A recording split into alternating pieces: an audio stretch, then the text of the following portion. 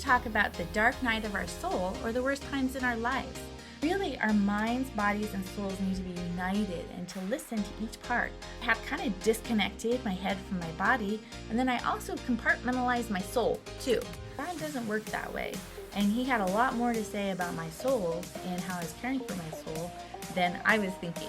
And then uncovering, like I said, those beliefs and deciding what do I want to believe rather than just adopting all the beliefs I had already done, and really delve deeper into my beliefs, realizing our bodies, minds, and soul all need to be united and tended to. Understanding is power, so understanding things about domestic abuse and intimacy and our blueprints and our beliefs, huge, is that love is the answer. Have you had a dark night of the soul or the worst time in your life? If you have, you're not alone, and I have too. So I'm going to talk about the dark night of our soul, or the worst times in our lives.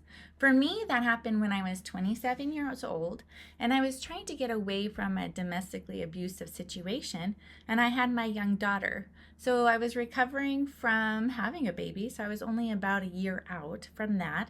I had undiagnosed Hashimoto's that got missed, and all sorts of challenges. So I go to visit relatives, and long story short, I wasn't mentally doing well after not sleeping for a long time.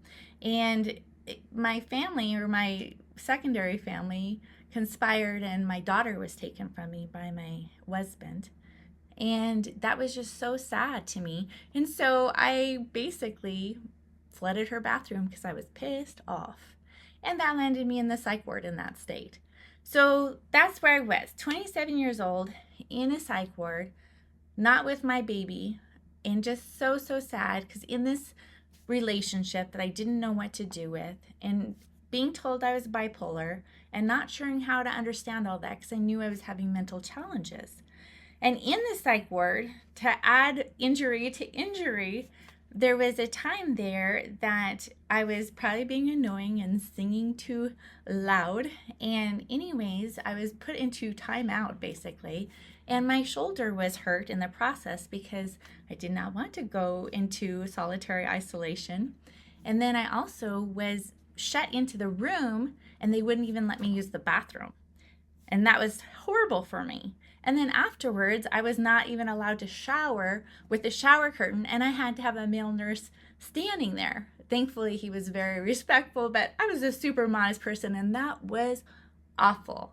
For me, I just didn't understand. I felt like I had done everything right. I was trying to love my husband.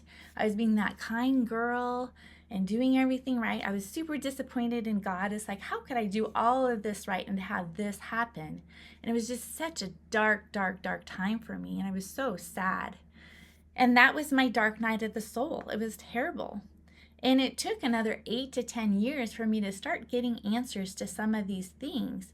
But it didn't start until I was willing to start questioning my beliefs and questioning what I was believing that got me in there in the first place. And that's what we talk about a lot on this podcast, is our beliefs, my kind girl beliefs that kept me captive, my beliefs about marriage, my beliefs about God, and how they all probably work together and were not helpful in that situation. And I've had to relook at those beliefs. And I still love God, love Jesus, love others, but it was definitely a questioning time for me and God as well. So I'm like, how could you work this for good? And how do you say you're with me, with whatever I'm going through this horrible circumstance? But in the end, I realized he really was with me, and it was very difficult. And he was actually taking me on part of my journey, and I learned a lot from it. I'll tell you, I did have to do EMDR. And again, that is something a counselor does that's trained in EMDR. And it's called eye movement desensitization. And anyways, it's just a way to take a trauma circumstance, because when I would think about the psych ward and what happened there and just that dark night of the soul, I could literally get to the emotion and feel the emotions of an 8, just feeling terrified and stuck in that room, and just it was just so awful for me. And so EMDR really helped me. And also just using my Unravel notebook that's available on Amazon. That was the process of re-looking at my beliefs, redefining myself, and taking all that kindness I was putting towards others and realizing as a child of God, I was supposed to be putting that on myself too. And so love God, love self, and then love others, and that I had it backwards. And so there was a lot of processing that went to go on, but it wasn't until like 8 to 10 years till I understood that I had Hashimoto's, because that's when they thought I had thyroid cancer, removed my thyroid because they didn't do a Hashimoto's test again. And I found out I had Hashimoto's. So no thyroid, but it did lead to an answer about like why was I struggling so much with my hyperthyroidism? My hair was falling out. I couldn't walk. I was having such health problems. My legs would give out. It was just a very, very terrible time, physically, mentally, spiritually, emotionally. And that's kind of what makes a dark night of the soul. But there is light on the other side. And sometimes it takes a while and it's a journey, but there is light on the other side. Are you a chronic people pleaser? Do you overgive, overfunction, pretty kind, and you're just tired, or maybe even a little bit resentful? Or are you wondering, like, wow, is this all to life? Is this how it works? Because I kind of feel like I'm going through the motions. Well, that's what the Unravel Notebook is for. It's 61 days to unravel our thinking, beliefs, and live a life intentionally as we connect closer with God, ourselves, and others, so we can be more confident and live brighter in this world. So what have I learned from my dark night of the soul? That first of all, life has dark nights of the soul, and they're there to be our teachers. And it's terrible. And I feel for you and for me and for all of us that have been there. And main thing I learned is that our bodies, our minds, and our soul need to be united and cared for. I was very cognitive minded, kind of grind through it, even though I was emotionally struggling so much in my marriage at the time, because anytime I tried to bring up any conflict or, hey, can we talk about this? I was stonewalled for 6 days or more, just ignored. And then if I tried to bring it up again, stonewalled some more. And it just hurt my heart so much and was just like, I call it like death by 1,000 cuts, but it was very hurtful to me. And honestly, I would call that abuse, and it was awful.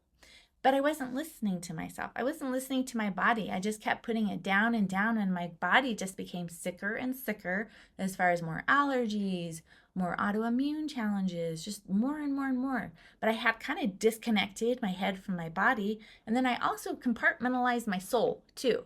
Like, okay, God wants us to look like this. This is what I'm supposed to do. It made it very rigid. Whereas, like, God doesn't work that way. And He had a lot more to say about my soul and how I was caring for my soul than I was thinking. So, really, our minds, bodies, and souls need to be united and to listen to each part. So, daily, I just check in with myself. How is my body? How is my mind? How is my soul? And just check in with myself. What do I need? And how do I need to care for myself? And so that's super important. The second one is understanding is power. There is so much I didn't know. Like, I didn't even know what gaslighting was. I didn't know what domestic abuse could actually be, the silent part. I always thought of it as like the loud and the mean and the physical. And I didn't understand that. I didn't understand intimacy. My husband and I had no intimacy. I considered him my least closest friend. And yet that was not how a marriage was supposed to be. And I just had a deep desire to have a closeness. And it was just really challenging.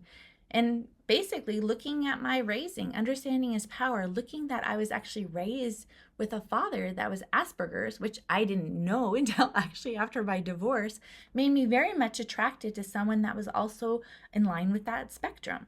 And so it was very interesting to have that understanding of my past and understanding of my blueprint. And that was super helpful. And then uncovering, like I said, those beliefs and deciding, like, what do I want to believe, rather than just adopting all the beliefs I had already done, and really delve deeper into my beliefs. So again, listening to my body and realizing our bodies, minds, and soul all need to be united and tended to. Understanding is power, so understanding things about domestic abuse and intimacy and our blueprints and our beliefs, huge. And number 3 is that love is the answer. And it really starts with understanding God's love for us. Like, His love for us is not conditional, it's unconditional. He loves us like a child. And He just has a deep appreciation for just who we are and how we're uniquely designed and amazing and set apart. And really understanding that because of that, we are enough. We're more than enough. We're also lovable. We're lovable from birth. We're lovable now. Even though maybe we don't feel lovable, acknowledging God loves us deeply and we are lovable and we're valuable and we're made with a purpose and a plan. And then just using that love, loving ourselves, being kind to ourselves, nurturing ourselves, being our own source of happiness. As far as that starts within, that's an inside job. And so loving ourselves, loving God first, loving ourselves, and then loving others. And that is a part of our amazing journey for each of us. So if you're going through a dark night of the soul, or if you've experienced one, I have great compassion for what you've been through. And I hope by sharing my own story, it helps you just have compassion for yourself and others, that we all struggle, and we struggle in different and various ways, and we'll likely struggle again. I'm so thankful that the beliefs that I've learned and the things I've learned, though, will help me the next time I have challenges, because part of life is challenges.